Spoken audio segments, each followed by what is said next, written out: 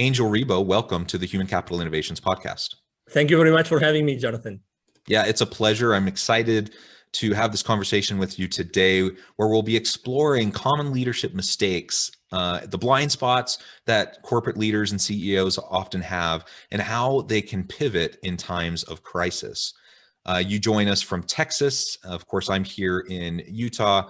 It's always a pleasure to connect with people from around the country and around the world, and I appreciate you joining us today. As we get started, I wanted to share Angel's bio with everybody. Angel Ribo, known as the CEO Confidant, is an influencer, LinkedIn strategist, international TV host, public speaker, CEO consultant, board member, and philanthropist.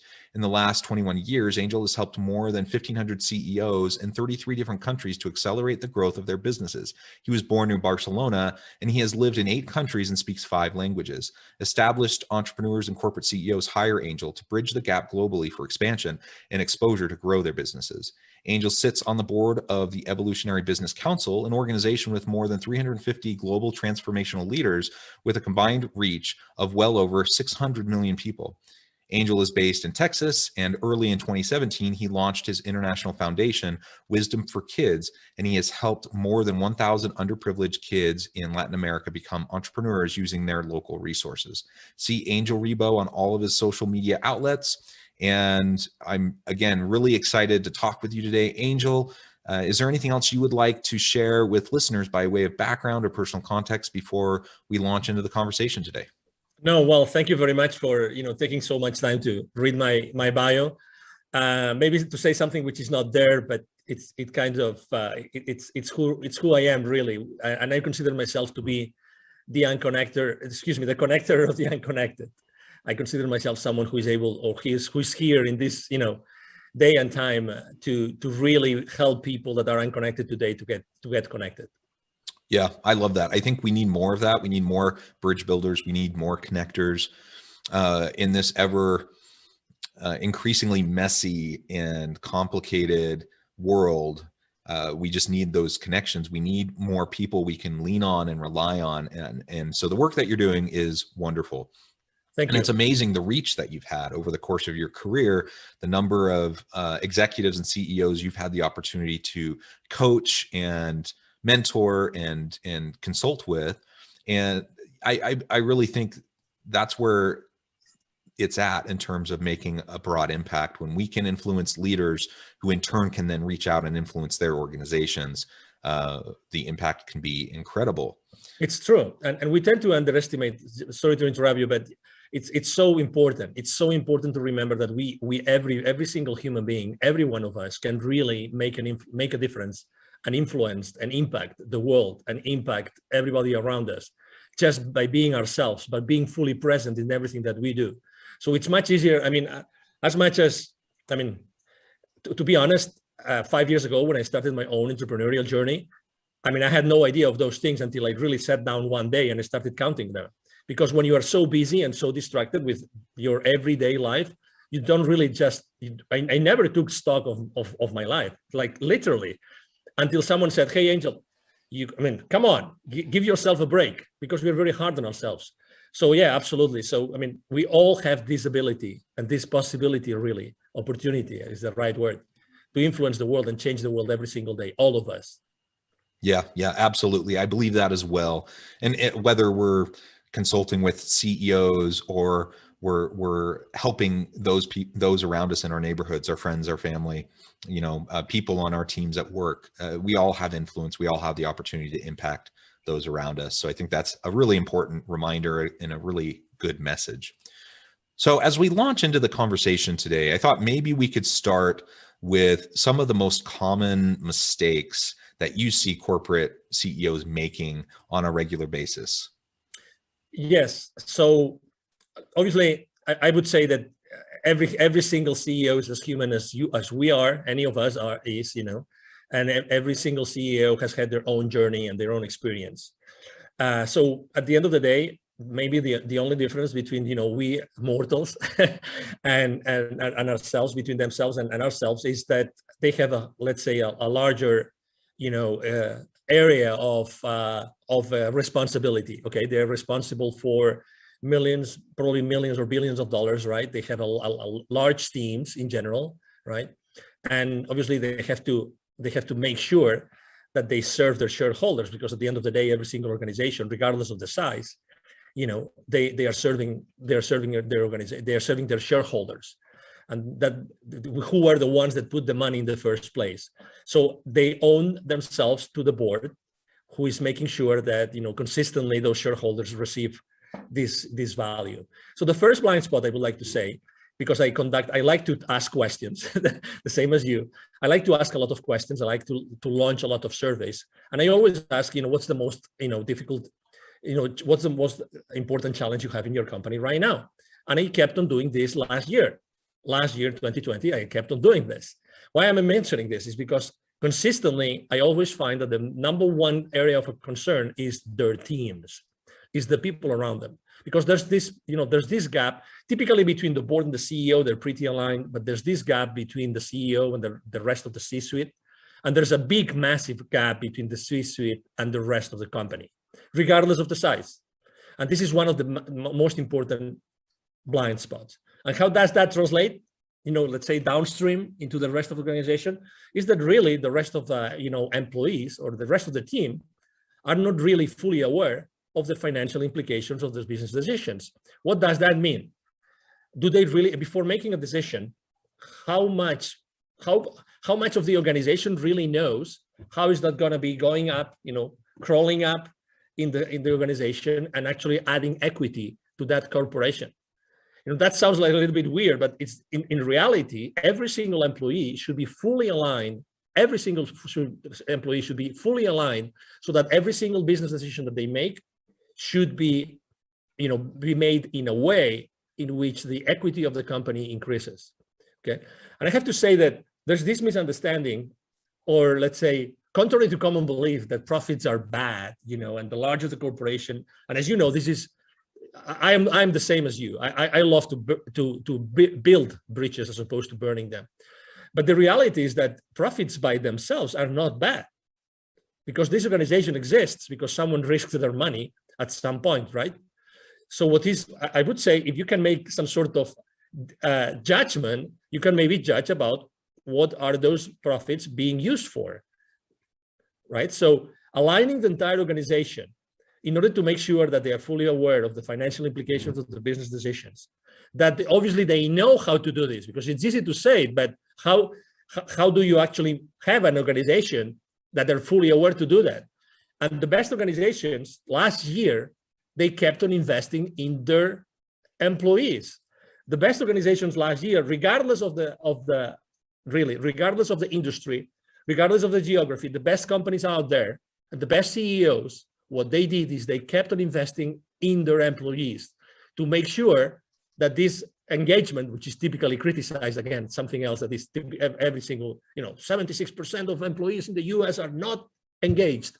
Well, I mean, I don't know if I'm not sure if it's 76%. It's a large amount of them, but still, the best CEOs last year kept on investing in their employees, trained their employees so that they were more aligned with the organizations, and they therefore, the rest of the C-suite team and themselves could keep those employees accountable, because it's not fair to keep them accountable if you have not given them the right tools. Make sense? Yeah, absolutely. And I think one of the reasons why that is probably the case from this previous year, in the times of turmoil, the pandemic, companies are adjusting and having to pivot on a dime, just in order to stay afloat and to stay open and to not lay off all their people. And so in order to do that, it required a heightened level of transparency and openness and a showing of genuine care and empathy. And I think the seriousness of the situation and the speed at which we were all of us were thrust into it, I think lended itself to many organizations and many leaders really stepping up to the challenge to focus on their people. Now, there were others that didn't, clearly, and it wasn't a universal success. But that's what I've been hearing as I've been talking to people over this past year as well. And that's good to hear. The question then becomes, in my mind, because I believe what you're saying, and I agree with it. I think it's important to be able to communicate the reasons behind the decisions. We have to communicate the why. The question is, why so often does that not occur? Why aren't we more transparent and open as executives within an organization so that the information and the why can reach its way downstream? Because that's been my observation consistently over time as well, is that the vast majority of employees down the line, they don't know, they don't have any clue as to the reasoning behind strategic decisions that are made, especially when they're really difficult decisions. And when there's a lack of communication, employees fill in the gaps. They just start making stuff up. And usually it's not particularly, generous towards leadership, right?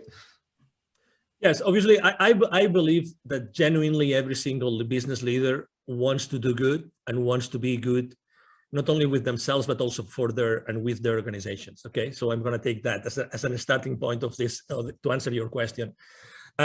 Number two, and I'm going to relate to something that obviously right now it's April 2021. So we all know what happened last year in the last, let's say, 12, 14, 16 months, right? So, and I think that is extremely related to what really happens in organizations that do not have an open book kind of culture. Okay, at the end of the day, I think it's a mixture of probably fear, and that's why I'm talking about what happens in the world right now. And fear actually is a very bad advisor. Sometimes, organizations grow so fast, and they become so big and so difficult to manage.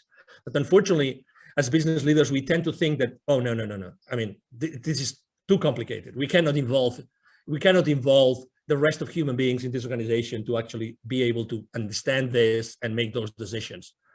And why? And it's also very simple. I mean, if leaders don't think that employees have really the ability or the skill, or cannot learn the skill to understand the financial implications of the business decisions, is the whole system.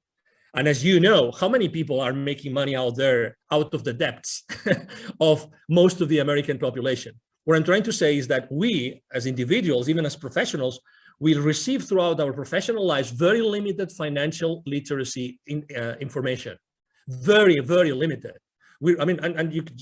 Just go to recently graduated, children or kids, right? go and ask them basic financial literacy questions. How many are going to answer the right question? Are going to give you the right answer? Excuse me. Very limited. So obviously, we live in a world that unless we as business leaders, I'm talking about CEOs, we become fully aware that we have to train and we have to do it, because unless things are not going to change. So again, I think there's some fear there that they think that probably they're not going to understand it.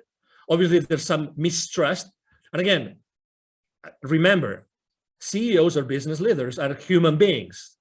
Human beings, the number one thing, we cannot change the structure of our brain. We live in survival mode, like it or not. And I'm not talking about this famous Minecraft. I'm not talking about Minecraft survival mode. I'm talking about the survival mode that keeps us alive, right? And as parents, we do the same thing with our kids. By the way, I appreciate the reference to Minecraft.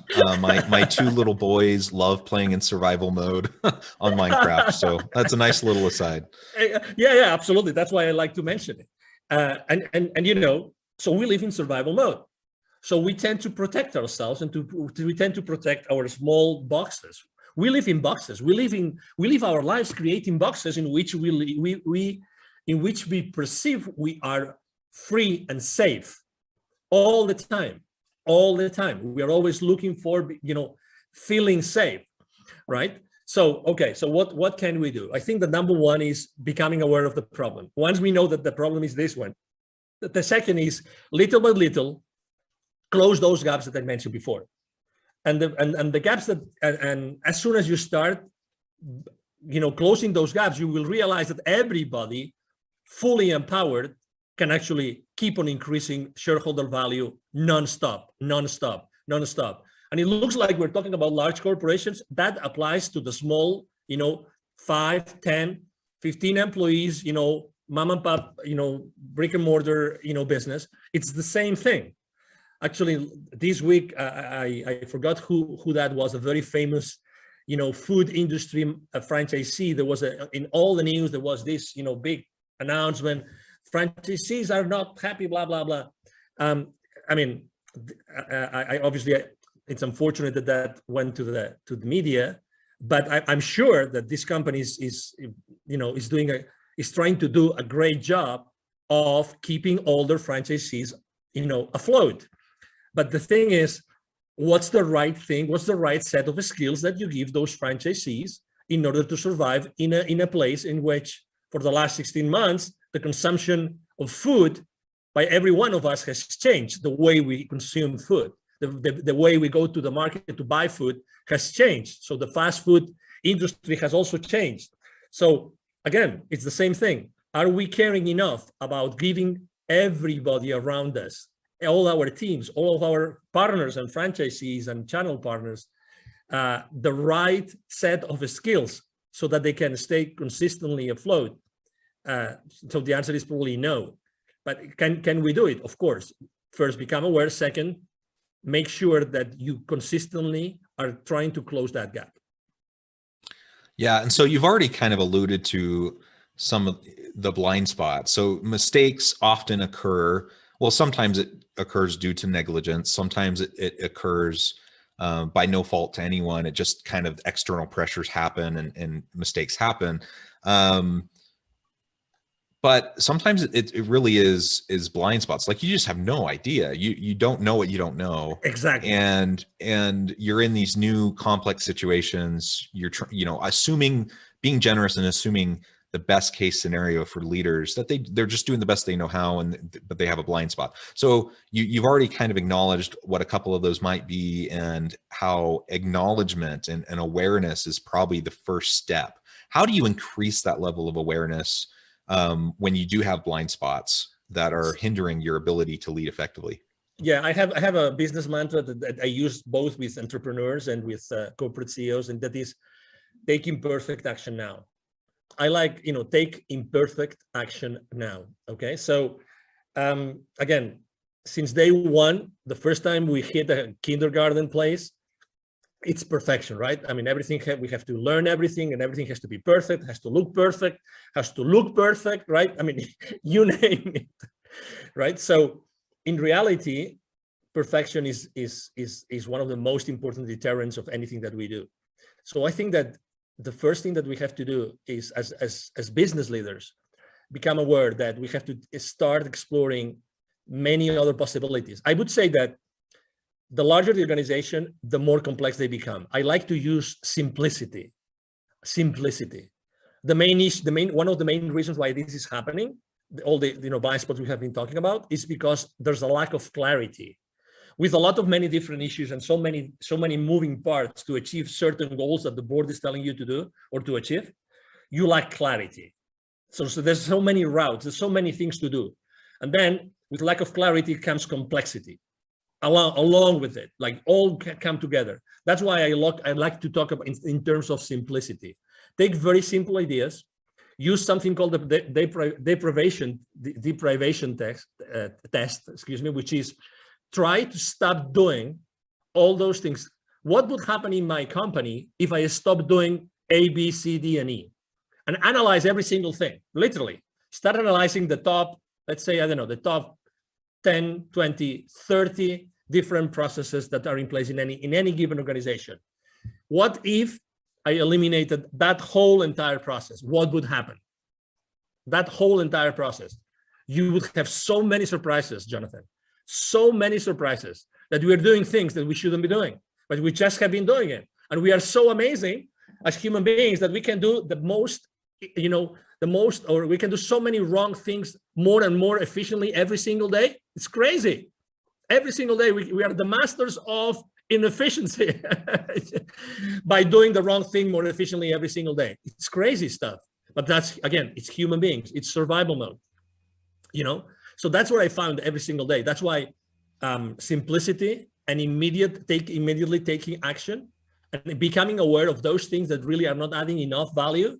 I think those are three things. Those are three ingredients that I see that really work very well in organizations today. Yeah, I love that. So I think as we acknowledge mistakes, we can start to set goals to correct them, right? And to grow and to develop not only ourselves, but the people around us. We can start to diminish our blind spots. We can never get rid of them completely, but we can shrink our blind spots as we do some of what you just talked about, as we surround ourselves with good people, with diverse perspectives who can help, shine a light on those blind spots and who we trust. And then as we get to that point where we start to diminish those blind spots, it does allow us to have a better chance at making the adjustments necessary to respond to these external pressures that we might be facing that might be negatively hurting the business. So let's, in our last few minutes, let's talk a little bit more about how we pivot during times of crisis, and ultimately with the goal of helping the organization to stay strong and sustainable. Yeah, I will start like from small, and then I will grow to large organizations. Typically, I think that every single entrepreneur out there had to adapt to what happened in the last, again, 14, 16 months, right? Almost everybody had to pivot in some way.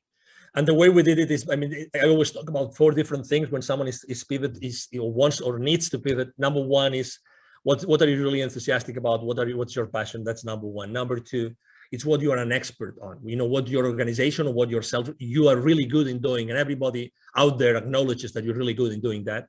Number 3 would be, what is the market really wanting right now? What is the market really wanting? And number 4 is the market willing to pay for that? Those are the 4 things I always consider when I talk about pivoting. All those 4 things have to be considered.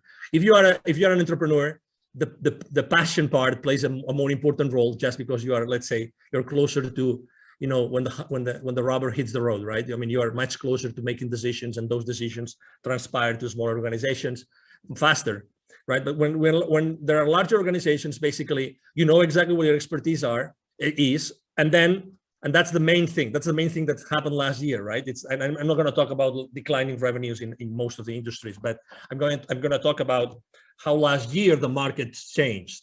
The markets changed. So what do the markets needed last year, and what do the markets wanted last year? And that's the most important thing. And as you probably remember, large corporations like automotive companies suddenly started to manufacture ventilators. You will remember that in the beginning of 2020. So this is a good example. So the best way to do it is actually, exactly what you're good at. Exactly what your expertise is. Analyze what the market you think needs or wants at this point in time, because these are 2 different things, right? And then start immediately taking imperfect action and knowing if you can use the resources and the expertise that you have in place already built in the company, if you can offer it to the new market that is being created, or with the new needs that the market already exists, right? Obviously, that means business development last year changed a lot. You reached out to your clients and said, hey, how can I serve you better? I remember I myself was working for a large corporation 2008, 2009, and actually was one of the most successful years for me ever in the part of the business that I was dealing with in that particular company. You know why? Because we fully engaged like never before our client base. That's what we did. We reached out to them and we said, hey, we know you're suffering. How can we help? What's the number, and what's the best thing we could do for you today, knowing that it's going to be hard for everybody? What can we do right now? And I remember all my distribution channels working heavily day and night, just providing this additional need that our clients needed at that point in time. Again, it's giving the value that the market needs, doing the best that you can do, and the thing that you're an expert on.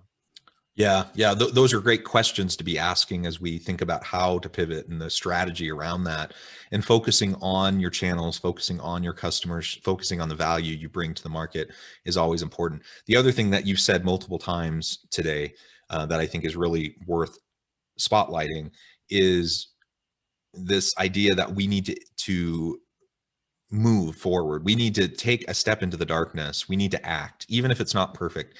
And, taking a shotgun approach, before planning is not what we're talking about. But you plan, you're thoughtful, you're careful, and you act.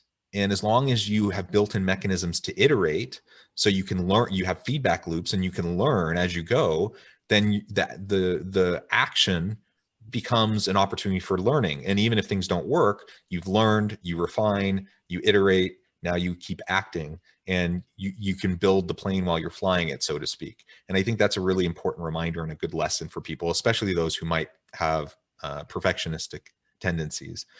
Angel, it has been a real pleasure talking with you today. I really appreciate your insights. The time has flown by.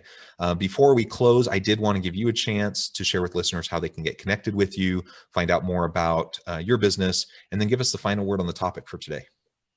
Thank you. Well, thank you very much. I mean, we are right now. It's it's April 2021, as I said before. The first thing I would like to say is obviously the easiest way to connect with me, as you will see if you go online. I'm on all the social media outlets. I am actually publishing content every single day, and I keep on building those bridges that have been burned for the last month, because I think that that's something that we all have to do. The easiest way to reach out to me, I'm going to give my direct email address, which is Angel, ANGEL, at angelribo.com. Ribo is my last name, and it's spelled like R-I-B as in boy, O, Angel at angelribo.com. And the last thing I would like to say is, even if sometimes it looks like we are stuck, it looks like we cannot move forward, it doesn't matter if you are, if you're a large corporation or if you are a small entrepreneur. What I would like to tell you is that, every single day we have the opportunity to discover how infinitely powerful we are, all of us. And there's really out there, there's gonna be always customers that only us we can serve with ourselves and or with our organizations. Only us we can do, or we can serve with our products and with our services. So just go out there, take imperfect action, receive that market feedback, and keep on course correcting whenever necessary. And obviously, thank you very much, Jonathan, for having me here today. And thank you to the audience that has been watching or listening to us. Wonderful. Thank you, Angel. It has been a real pleasure. I encourage listeners to reach out, get connected, find out more about what he can do for you. And as always, I hope we can all stay healthy and safe, that you can find meaning and purpose at work each and every day. And I hope you all have a great week.